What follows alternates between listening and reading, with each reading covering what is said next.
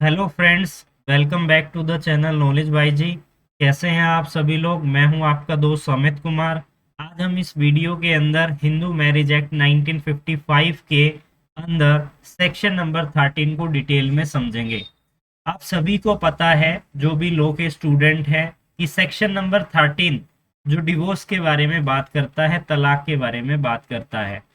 चाहे इस वीडियो को कोई भी व्यक्ति देख रहा हो जिसे कानून के बारे में जानकारी लेनी है, जिसे डिवोर्स के संबंध में, तलाक के बारे में यह पता करना है कि अगर हम अपने साथी से तलाक लेना चाहते हैं तो कौन कौन से ऐसे मुद्दे हैं जिन पर हम तलाक ले सकते हैं, कौन कौन से ऐसे ग्राउंड हैं, कौन कौन से ऐसे आधार हैं जिस पर हम अपने स्पाउस से तलाक ले सकते हैं।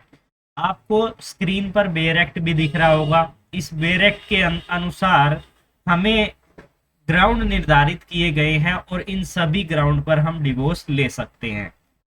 अब हम एक एक करके हर एक ग्राउंड को समझेंगे कि ये ग्राउंड क्या है, डिटेल में उसके बारे में डिस्कस करेंगे, ताकि आपको पता चल जाए कि ये सभी ग्राउंड है जिस पर हम डिवोर्स ले सकते हैं। वीडियो स्टार्ट करने से पहले आप सभी से कहना चाहता हूं, जिन्होंने भी अभी तक चैनल को सब्सक्राइब नहीं किया है, चैनल को सब्सक्राइब कर दीजिए और बेल आइकन पर जरूर क्लिक कीजिए ताकि आने वाली वीडियोस की नोटिफिकेशन आप सभी को मिलती रहे। तो सेक्शन नंबर 13 जो हमें बताता है डिवोर्स के ग्राउंड के बारे में। जब भी आप डिवोर्स फाइल करते हैं तो 13 सबसेक्शन 1 के अंदर 8 तरीके के क्लोज दिए गए हैं। इन सभी 8 तरीके के क्लोज में ग्राउंड बताए गए हैं और उसमें हस्बैंड और वाइफ दोनों हकदार हैं, यानी कि दोनों के पास यह अधिकार होता है कि वो अपने स्पाउस के अगेंस्ट, स्पाउस यानी कि साथी के अगेंस्ट डिवोर्स पिटीशन फाइल कर सकता है अगर इन सभी ग्राउंड के अनुसार उसके स्पाउस ने कोई भी एक्ट किया है। सेक्शन नंबर 13 सबसेक्शन 1 के क्लोज नंबर 1 के अंदर यह बताया गया है कि अगर कोई भी स्पाउस वॉलंटरी सेक्सुअल इंटरकोर्स करता है अपने स्पाउस को छोड़कर किसी और के साथ, यानी कि एक कपल है, एक हस्बैंड एंड वाइफ है, उसको छोड़कर किसी तीसरे के साथ या तो हस्बैंड या फिर वाइफ क्या कर रही है, सेक्सुअल इंटरकोर्स कर रही है, तो ये अडल्ट्री का ग्राउंड बन जाता है और इस ग्राउंड पर हस्बैंड और वाइफ दोनों हकदार होते हैं कि वो कोर्ट में पिटीशन फाइल करें और अपनी डिवोर्स की अर्जी को लगाकर अपने साथी से डिवोर्स ले सकते हैं। बात करें अगले ग्राउंड के बारे में, सेक्शन नंबर 13 सबसेक्शन 1 का क्लोज 1 का आई ए हमें ये कहता है कि अगर कोई भी स्पाउस, स्पाउस का मतलब होता है साथी, कोई भी साथी, चाहे वो हस्बैंड है चाहे वो वाइफ है, दूसरे के साथ क्रुएलिटी ट्रीट कर रहा है।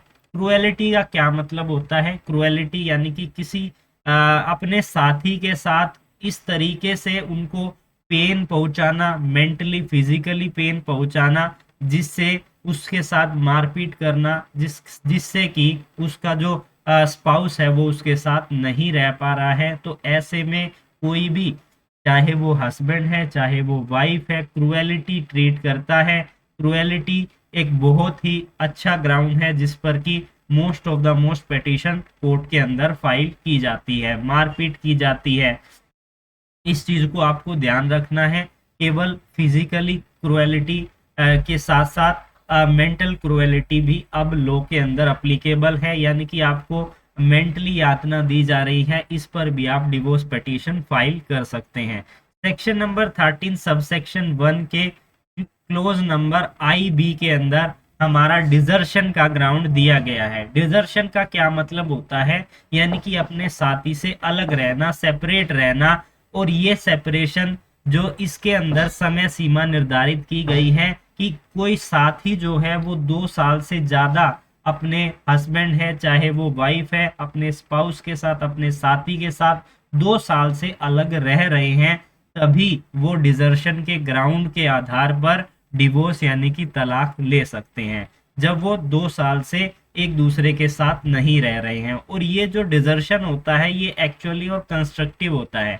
एक्चुअल और कंस्ट्रक्टिव का क्या मतलब होता है? एक्चुअल का मतलब होता है फिजिकली वो अलग रहना, यानी कि उन्होंने घर ही छोड़ दिया है और वो अलग रह रहे हैं 2 साल से। कंस्ट्रक्टिव यानी कि उन्होंने घर नहीं छोड़ा है, लेकिन फिर भी वो अलग रह रहे हैं।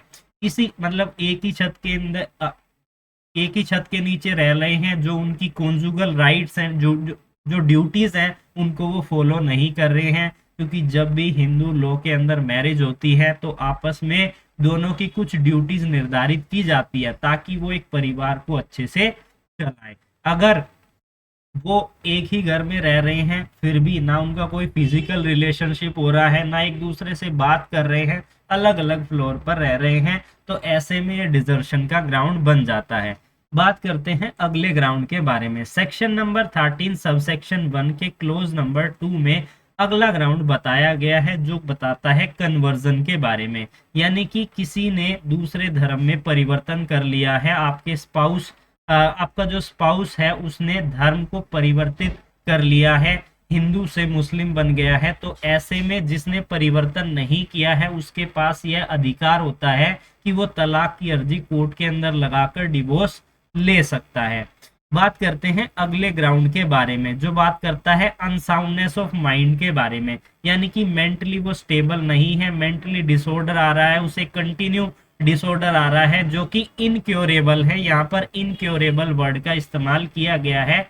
इनक्योरेबल का क्या मतलब होता है कि ऐसा डिसऑर्डर जिसे कि सही नहीं किया जा सकता, तो ऐसे में दूसरा स्पाउस उसके साथ जीवित मतलब कि रह नहीं सकता, अपनी लाइफ को जो है जीवन यापन नहीं कर सकता, इसलिए ये एक आधार बन जाता है डिवोर्स लेने का।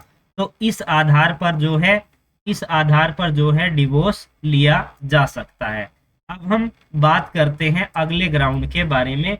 अगला ग्राउंड हमारा क्या कह रहा है? अगला ग्राउंड डिस्कस करने से पहले यहाँ पर जो है एक्सप्लेनेशन आपको देखनी होगी। एक्सप्लेनेशन क्या कह रही है इसको हम समझ लेते हैं। एक्सप्लेनेशन में दो टर्म डिफाइन की गई है। पहली टर्म है मेंटल डिसऑर्डर। कि मेंटल डिसऑर्डर का एक्चुअली में मतलब क्या है, इसके बारे में हमें समझना होगा। यानी कि mentally illness, arrested or incapable development of mind, psychotropic disorder, any other disorder or disability of mind included साइकोफ्रेमिया। यानी कि मेंटल डिसऑर्डर के अंदर इन सभी चीजों को शामिल किया गया है। साइकोट्रोपिक डिसऑर्डर का क्या मतलब होता है? एक परसिस्टेंट डिसऑर्डर या डिसेबल ऑफ माइंड वेदर और नॉट इंक्लूड सब normality of intelligency which result and abnormality aggressive और सीरियस इररिस्पेक्टेबल कंडक्ट। यानी कि साइकोट्रोपिक डिसऑर्डर का मतलब होता है वो बहुत ज्यादा एग्रेसिव हो जाते हैं मारपीट करने के लिए, एकदम से छोटी छोटी बातों पे एग्रेसिव हो जाना, जिससे कि ये क्रूएलिटी के अंदर शामिल हो जाता है। मेंटल डिसऑर्डर में साइकोट्रोपिक इंक्लूड है, और साइकोट्रोपिक में एबनॉर्मेलिटी, इस तरीके का नेचर, बहुत ही एग्रेसिव तरीके का उनका नेचर है, जिससे कि वो तुरंत जो है क्या हो जाते हैं, अपने आप को स्टेबल नहीं कर पाते और मारपीट पर उतर जाते हैं। तो इसलिए ये ग्राउंड बन जाता है हमारा क्रूएलिटी का। उसके बाद बात करें अगले ग्राउंड के बारे में। फोर्थ ग्राउंड जो लिप्रेसी का था उसे जो है रिपील्ड कर दिया गया है। फिफ्थ ग्राउंड जो कि बात करता है वेनरियल डिजीज, जो कि कम्युनिकेबल फॉर्म में है। यानी कि ऐसी बीमारी जो कि दूसरे को फैल सकती है। यानी कि हस्बैंड को बीमारी है, वाइफ को फैल सकती है, वाइफ को बीमारी है, हस्बैंड को फैल सकती है, और उसका क्योर नहीं किया जा सकता। बहुत ही गंभीर तरह की बीमारी होने के कारण भी यहाँ पर डिवोर्स पिटीशन फाइल की जा सकती है और तलाक यहाँ पर लिया जा सकता है इस ग्राउंड पर।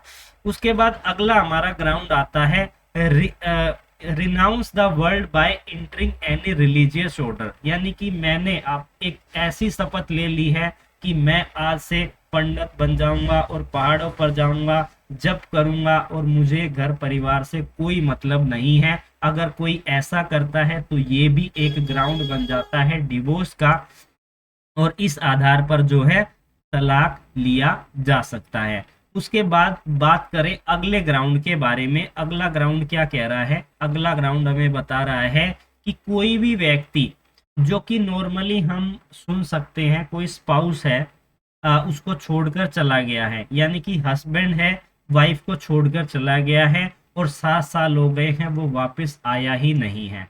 तो ऐसे में क्या किया जाएगा?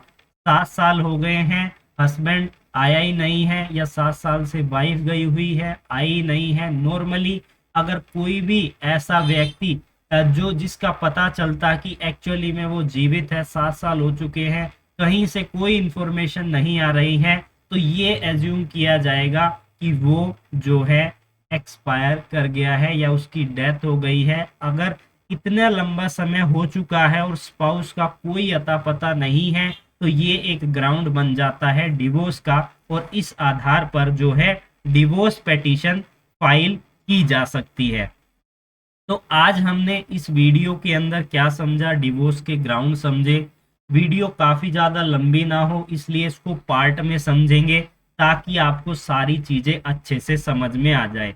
इसमें एक एक्सप्लेनेशन और समझ लेते हैं। एक्सप्लेनेशन डिजर्शन की बात करती है कि डिजर्शन का एक्चुअली में मतलब क्या होता है, इसको भी समझ लेते हैं। Desertion means the desertion of the petitioner by the other party to the marriage without reasonable कोज।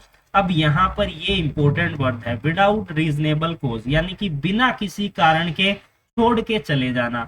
2 साल हो गए बिना किसी रीजन के, ना तो वापिस आ रहे हैं, ना किसी तरीके की इंफॉर्मेशन दे रहे हैं। Without the consent against the wish of such party, यानी कि जो पेटिशनर है, जो डिवोर्स डाल रहा है डिजर्शन के लिए, उससे कोई कंसेंट ही नहीं ली है, बिना किसी कारण के, बिना किसी सहमति के छोड़ के चले जाना, उसे डिजर्शन के अंदर शामिल किया जाएगा। Include the wilful neglect of petitioner by the other party to the marriage, it is grammatically variation और cognate expression shall to be construed accordingly. यानी कि यहाँ पर जब डिजर्शन लिया जाता है तो सहमति अगर नहीं ली गई, दूसरा क्या है, बिना किसी रीजन के छोड़ के चले जाना, तो ये आधार बन जाता है डिजर्शन का, जो कि इस एक्सप्लेनेशन में भी शामिल किया गया है। आई होप आपको वीडियो अच्छी लगी होगी। इसी तरह की और वीडियोस के लिए आप हमारे साथ जुड़कर हमारे चैनल को सब्सक्राइब कर लीजिए और इस वीडियो को लाइक करना मत भूलिएगा।